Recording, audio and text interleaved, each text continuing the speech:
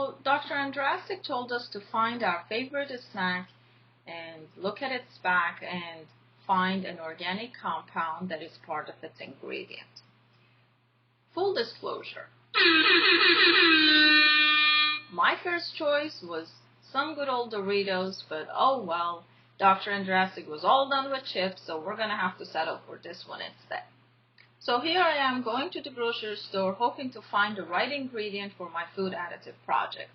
As I was looking around, I came across this butter-flavored breakfast syrup, and well, who doesn't like butter and syrup with their pancakes, right? Sounds like a good idea. Two birds with one stone, isn't that what they say?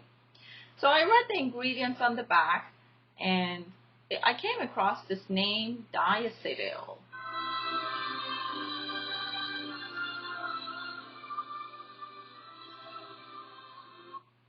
And, well, I did a little search on it right there at the grocery, and oh boy, let me tell you what's going on with this artificial food flavor that gives lots of product its buttery flavor.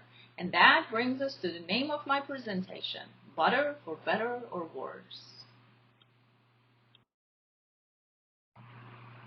So, just a little overview of what we're going to talk about. We're going to see its chemical structure, its IUPAC name, and how does it occur naturally in food, because it does, and also how we can synthetically produce it. Also, we're going to discuss in what other areas this compound is being used and what are the safety concerns about it.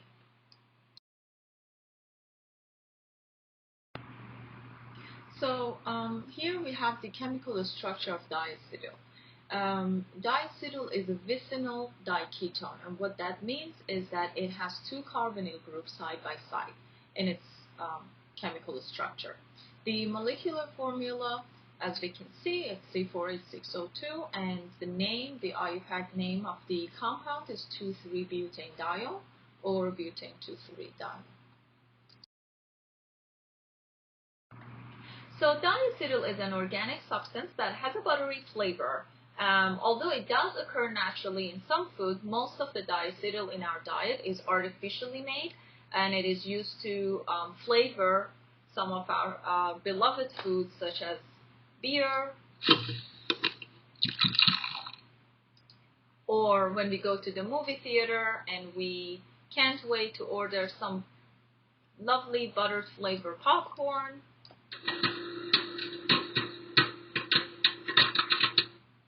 or on a Sunday morning used to butter flavored syrup for our pancakes.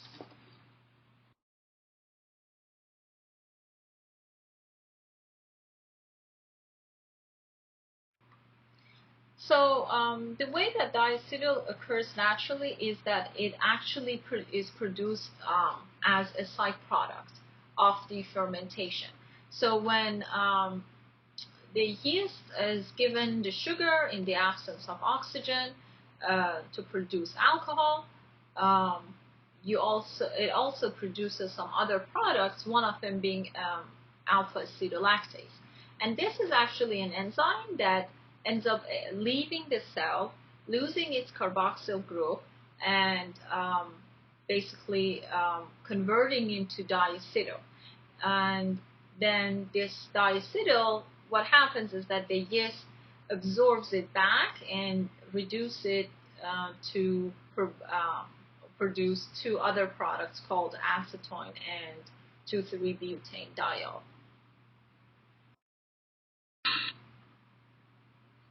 However,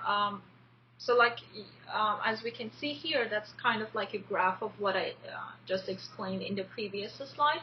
So you have a yeast cell, you give it some sugar in the absence of oxygen, it gives us alcohol and some other product. And then this acetolactase leaves the cell and loses its carboxyl group, converts to diacetyl, and give it enough time, and that is known as diacetyl rest. The yeast basically reabsorbs the diacetyl back into the cell and produces two two other products called acetone and a diol. And I also want to mention that acetone is also used as a food flavoring. But here comes the disappointment.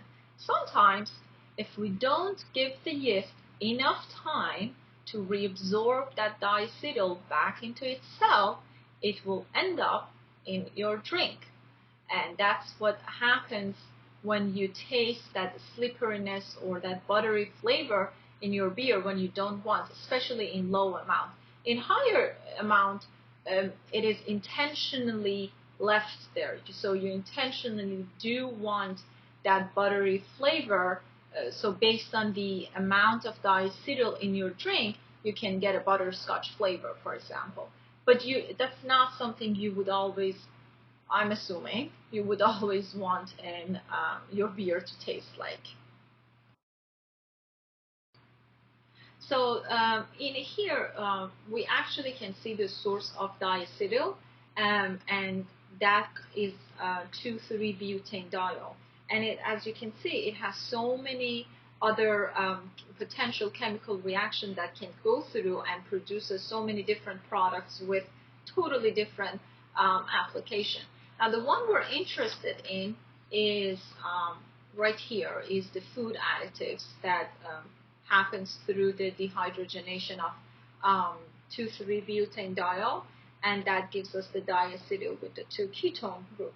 Now, the dehydrogenation, if I want to link it a little bit to some of the things, chemistry that we've learned so far, so this is kind of the opposite of the catalytic hydrogenation of alkenes, with the use of, if you remember, palladium on carbon surface as a catalyst. So in that reaction was a reduction reaction, which meant the addition of hydrogen that caused a double bond to open up in alkenes. On the other hand, here we have dehydrogenation, and in this reaction, it involves the removal of hydrogen, and as a result, it's an oxidation reaction.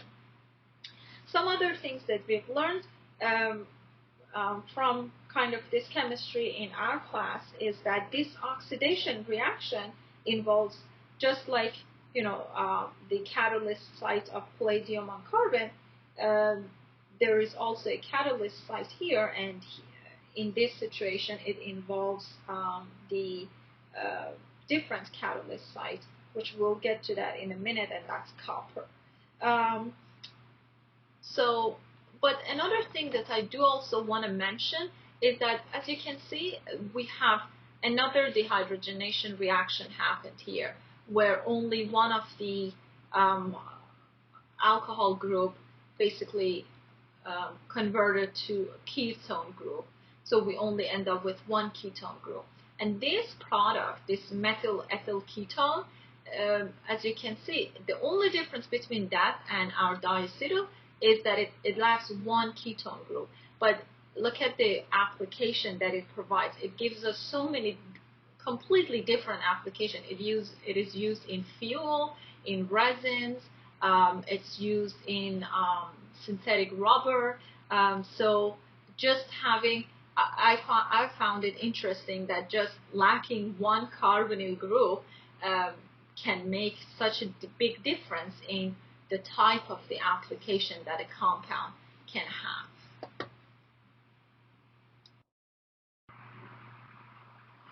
So here it shows a little bit in more detail as how does diacetyl synthesize chemically. So as we can see, it is synthesized through the hydrogenation of 2,3-butane-diol right here. So it is synthesized through this dehydrogenation, and that produces two compounds, acetone and that would be as kind of like an intermediate, and then that reaction does happen one more time, and then you end up with the diacetyl or 2,3-butane-diol. So the way that it works is that it is what they do is that they bring the the compound, this source 2,3-butanediol, to a vapor phase. And then after that, the vapor is kind of brought into contact with a catalyst, a dehydrogenation catalyst, and in this case being like a metal site, copper site. That is in the absence of oxygen. And then what happens is that when alcohols in their vapor phase are passed over a heated copper surface, they are oxidized, and that results in the removal of hydrogen and producing the ketone. And as similar to what we have learned today about the oxidation of alcohols with either gentle or strong oxidizing agent, and we didn't go through the mechanism, but I believe this is something similar to what we have learned today for the oxidation of alcohols. So in this case, we have two secondary alcohols, and in that case, we end up with ketones, which is just like what we have learned.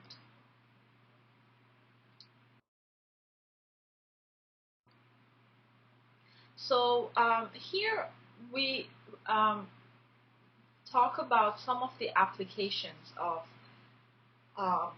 diacetyl, and as you can see, there are revolving around flavoring. Now that's either in food or in electronic cigarettes or in alcoholic beverages.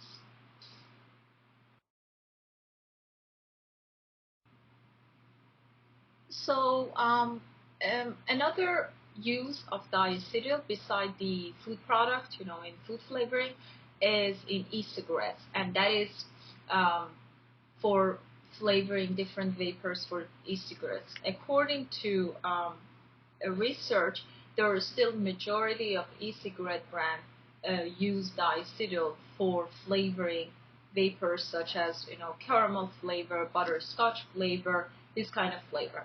Although a few slides from now we're going to talk about the health risk of this compound, it is really important to mention that the diacetyl, especially in its vapor form, imposes a dangerous risk for lung, and that is according to American Lung Association, that causes serious lung damage. So in addition to that, diacetyl is also used in alcoholic beverages, and we did talk about that. However, at low level in alcoholic beverages, what it does is that it kind of contributes to kind of a slipperiness or the buttery feel into beer or wine in the mouth. However, as the amount of diacetyl in the drink increases, it gives it that buttery or butterscotch flavor that it's intentional. For some wines and some other drinks, they intentionally want to give that kind of flavor during the fermentation. So finally, we want to talk about the consumer safety, the health risk that this product imposes on people. According to CDC, diacetyl carries a great risk of toxicity, especially when it is heated. So in the case of a microwave popcorn, that's the case because we heat it. Although more and more large popcorn companies, they've kind of stopped using this additives because of its toxicity, it is still used in other food products. And on example of that is the breakfast syrup I found. But beside from that, on food labels, diacetyl is considered technically an artificial flavor. So as long as they mention artificial flavor, it's basically covered. So they don't have to necessarily mention the name diacetyl. But aside from that, diacetyl, it's kind of slowly being removed from the popcorn product and all of that. But it is unfortunate to know that it is still used in e-cigarette flavors, and not only the e-cigarette users, but also, you know, the factory workers that work with this kind of product, they are, you know, at risk of such devastating diseases for their lungs, and that is according to American Lung Association.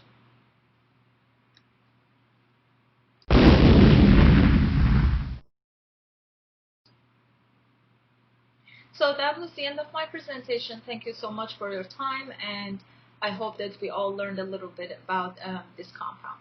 Thank you.